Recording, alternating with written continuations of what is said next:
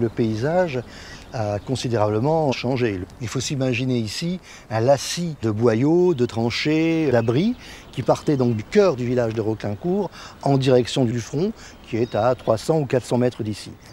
Donc là on arrive dans le village de Rocaincourt et on se dirige vers la dernière maison du village. Et c'est lors de la construction de cette maison que la découverte d'un corps a été mentionnée par les ouvriers qui creusaient les tranchées de canalisation.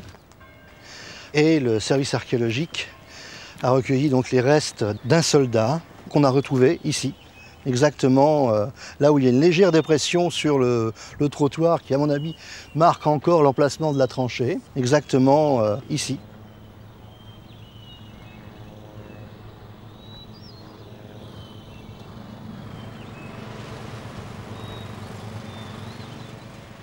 Dans les effets personnels retrouvés avec le soldat, il y avait donc le portefeuille et le porte-monnaie. Donc on espérait, en ouvrant le portefeuille, retrouver quelques indications sur son identité. Malheureusement, le papier n'était plus lisible. Dans le porte-monnaie, il y avait une monnaie en or française et surtout son alliance. Mais donc on a immédiatement regardé à l'intérieur de l'alliance pour savoir s'il n'y avait pas le nom ou une date de mariage ou quelque chose qui puisse nous aider dans l'identification du corps. Mais malheureusement, elle était parfaitement lisse, mais ce n'est qu'avec le nettoyage des disques d'identification qu'on a pu donner un nom pour exhumer Pierre Grenier, qui était porté disparu depuis le 25 septembre 1915.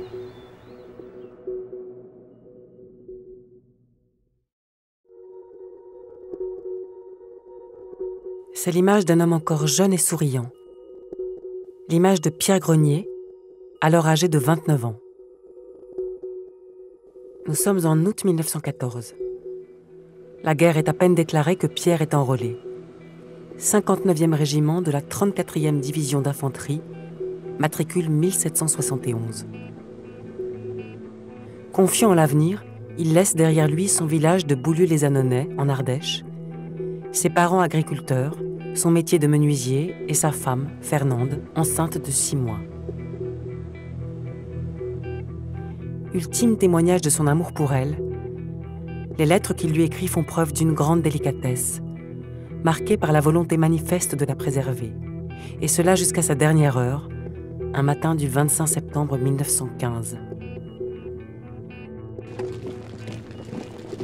2 juillet 1915, pour annoncer à Fernande qu'il part combattre à Arras, il écrit « Ma bien chère femme, avant de partir au travail, je t'envoie ces 2 mots, afin de satisfaire à ton désir et passer un moment avec toi. » Désormais père de petits jumeaux, Pierre et Louis, il contemple souvent leurs photos que sa femme a spécialement faites pour lui. En les regardant ainsi, les bébés ont toujours l'air de plus en plus sages pour moi. Je ne les entends jamais pleurer. Néanmoins, je te prie de croire que j'aimerais mieux les entendre pleurer plutôt que d'entendre le bruit du canon. À Arras, les combats sont très violents, mais là encore, Pierre emploie un ton rassurant. Nous sommes retranchés dans les ruines des maisons, à 30 ou 40 mètres des Boches, mais ils sont bien gentils. Je crois que ça bardera moins que là où nous étions depuis le 6 mai.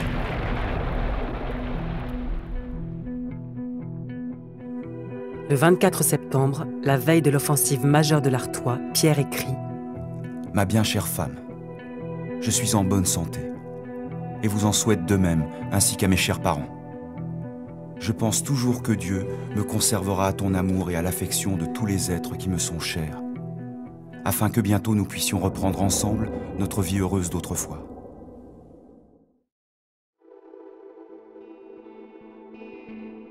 C'est l'image d'un homme jeune, mais marqué par 1 an de guerre.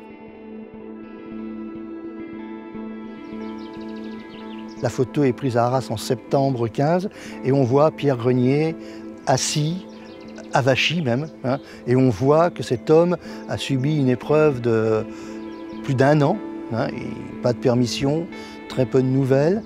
Il a fait des centaines de kilomètres à pied entre la Marne, Charleroi et Arras. Et on voit le poids de la guerre sur les épaules de ce personnage. Et on voit le soldat tel qu'il pouvait être quasiment à la veille de son décès ou de sa disparition. Le 24 septembre 1915, le 59e régiment d'infanterie était cantonné autour d'Arras. Et les troupes françaises vont commencer à bouger vers minuit environ. Et le but de ce déplacement de troupes, c'est de venir dans les premières lignes qui sont juste devant nous. Donc il y a environ 5 ou 6 km à faire à pied la nuit. Et pour joindre la première ligne française qui est devant nous, il va devoir traverser le village de Roclincourt. Nuit très obscure, temps pluvieux. Boyaux boueux qui rendent déjà pénible l'arrivée à Roclincourt par les boyaux du Vallon. À 3 heures, un feu violent d'artillerie ennemie est dirigé sur Roclincourt et dure jusqu'à 4 heures.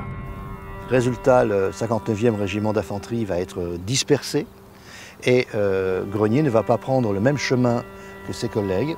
Il va prendre un petit boyau d'accès qu'on appelle la tranchée Le Sieur. Les unités qui avaient franchi ce village ont pu gagner leurs emplacements. Mais les dernières compagnies ont été forcées de stopper et d'attendre la fin de la rafale. Et c'est dans cette tranchée que l'artillerie allemande va faire écrouler une partie de la paroi de la tranchée. Et c'est comme ça que le soldat Grenier va disparaître dans la nuit du 24 au 25 septembre 1915. Le tir de barrage a complètement bouleversé les boyaux de communication conduisant aux premières lignes. Malgré les difficultés de circulation souvent à découvert, toutes les unités ont à peu près gagné leurs emplacements à 5 heures. Le dispositif d'attaque est alors en place. Bien évidemment, il ne va pas participer à l'assaut du lendemain, mais il va être considéré comme étant disparu au cours des combats. Au soir du 25 septembre 1915, dans son journal de marche, le commandant Cabos dresse un terrible tableau faisant état de 566 hommes tués au combat, dont 61 disparus. Pierre Grenier est l'un d'eux. Il faudra attendre une décision de justice de 1921 pour qu'il soit officiellement déclaré mort et presque un siècle pour que son corps soit retrouvé. Il est aujourd'hui inhumé dans le caveau familial.